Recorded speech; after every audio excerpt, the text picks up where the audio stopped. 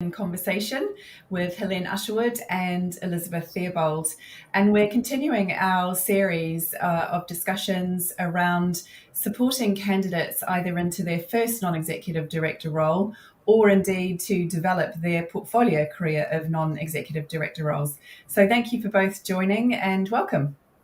Hello. Thanks, Nicki. So I'd like to start with a question around writing a really good supporting statement. Could you give candidates some tips on what a good statement looks like? Yeah, sure. I mean, from my perspective, this is the question that often gets asked by candidates, especially if they're new to the non-executive director market. I think, first of all, before you even start writing anything, make sure you've read the information pack for the role. Really sort of build up a good understanding of the requirements of the role, do a bit of background reading on the organisation that you're applying to, get a sense of who they are.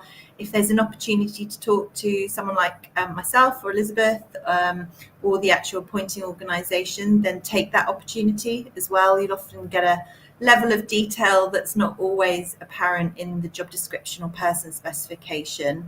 From my perspective, I think you've got to really think about why you believe you're a good candidate for the role. So really highlighting your fit with the stated sort of requirements, but picking out some of the core skills and selection criteria, followed by some of your relevant experience as well. I'd often advise candidates to really think about putting in some hard metrics too, so some of the measurable outcomes of their work.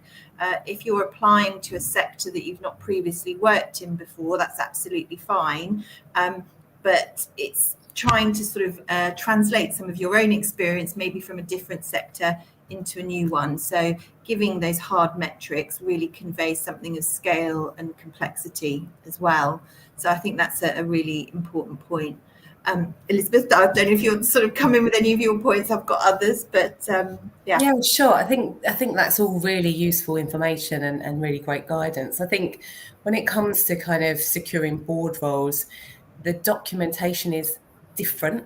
So we've talked about the covering statement really, but I think, it's worth thinking about developing a board bio, which is quite different from a CV.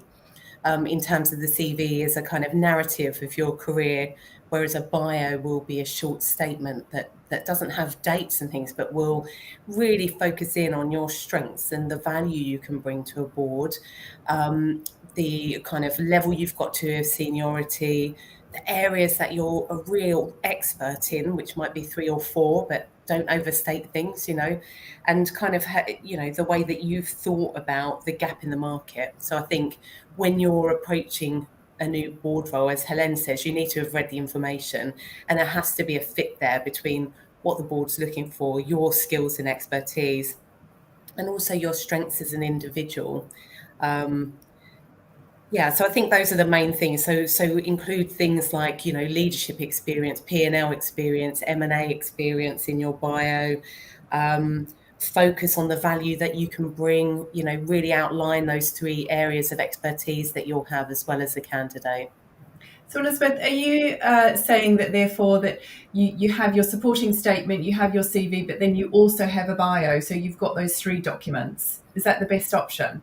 Yeah, so board bios are quite different from a CV, and generally people do have a CV around as well, but particularly when somebody's been a board member for a long period of time, it tends to be more of a one-page bio that just kind of talks in general terms about what they've done at board level. And when people are looking for their first role, this will be a bio that kind of summarises their career, but only those things that are really relevant to the board role that we're looking for.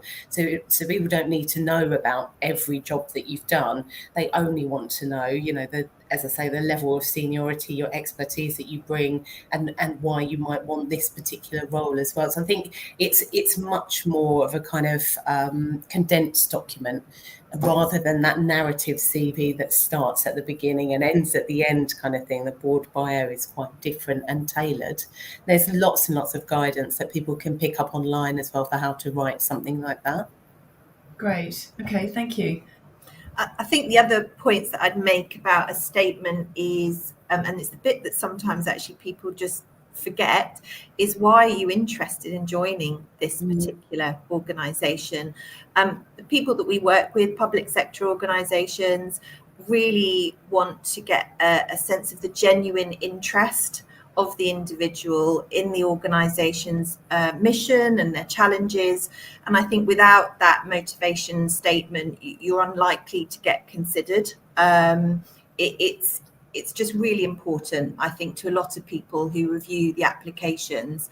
And very often we will hear the word passion come from our clients. They want to get a sense of somebody's passion, and they want to see that. So be quite explicit, if you feel comfortable doing that, about why you want to join that particular board at this particular point in your career. So I think that is really important. I think it's also really important to show that you have done your homework about that recruiting organisation as well. So whilst we talk about sort of outlining some of your skills and experience and how you really need to then try and link it up with some of your homework that you've done. So can you identify some of the core challenges of a recruiting body? Can you identify how your own skills are going to be able to help them address some of those challenges? So again, it comes back to this point that Elizabeth and I've talked about a lot, which is the value add that you'll bring to that recruiting body. Yeah, and I think another point that's really important to kind of demonstrate any board level experience that you've had, you know, in applying, particularly for the first role. Because it won't be as obvious as somebody who's already been a trustee or been an NED somewhere else. You know, so thinking about, you know, have you had board level experience as an exec? You may have presented to boards, you might have sat on boards, you might have come to the board as a finance director to advise them on, you know, the financial position and the way forwards. You may well have been a school governor or sat on one of the committees, you know. So I think that kind of letting people know that you understand not only what exposure you've had, but also what you understand about the difference between being an exec and being a board member. So execs do, board members advise and lead the organisation. And it's really important also to demonstrate that you really understand that difference, because boards won't be looking for people who want to get into the weeds or want to lead or want to operate. They're really looking for people who can guide and advise and be that constructive and critical challenge and friend that the organisation needs from a board perspective.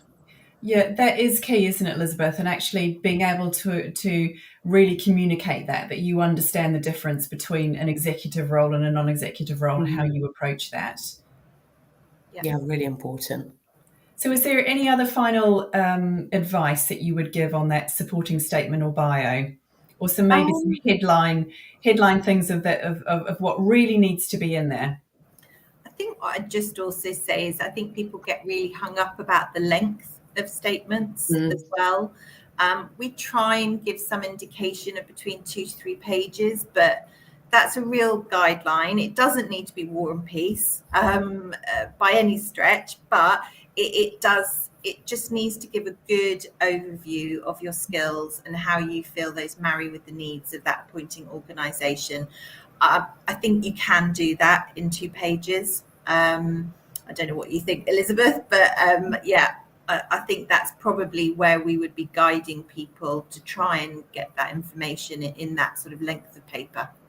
In my experience, actually, people are judged to be verbose if they go on any longer. So it's wise to keep it under 2 pages and show that you can be succinct. But in answer to your question, Nicki, yeah, I think the key points are, you know, as Helene rightly says, an outline of your kind of experience, your seniority, your board level exposure, your expertise, particularly around leadership, P&L, you know, all of that kind of stuff. Anything that there is of note about you. So what have you been recognised for by your peers? Have you gained awards? Have you, you know, been talked about in published articles or anything? Also, the fact that you're willing to kind of look at the full agenda. So any exposure you've had at board level where you've been looking at kind of the organisational breadth of things on the agenda. And then alongside that will be cultural fit will be something else. So, and that may not come through in the statement, although you can give kind of some indication of your cultural fit, as Helene says, through your, why do you want this role? Where's the connection with this? But I think, that kind of level of EQ, communication, being succinct, listening to other people, but also being willing to provide constructive challenge. All of these things are really important. That's great.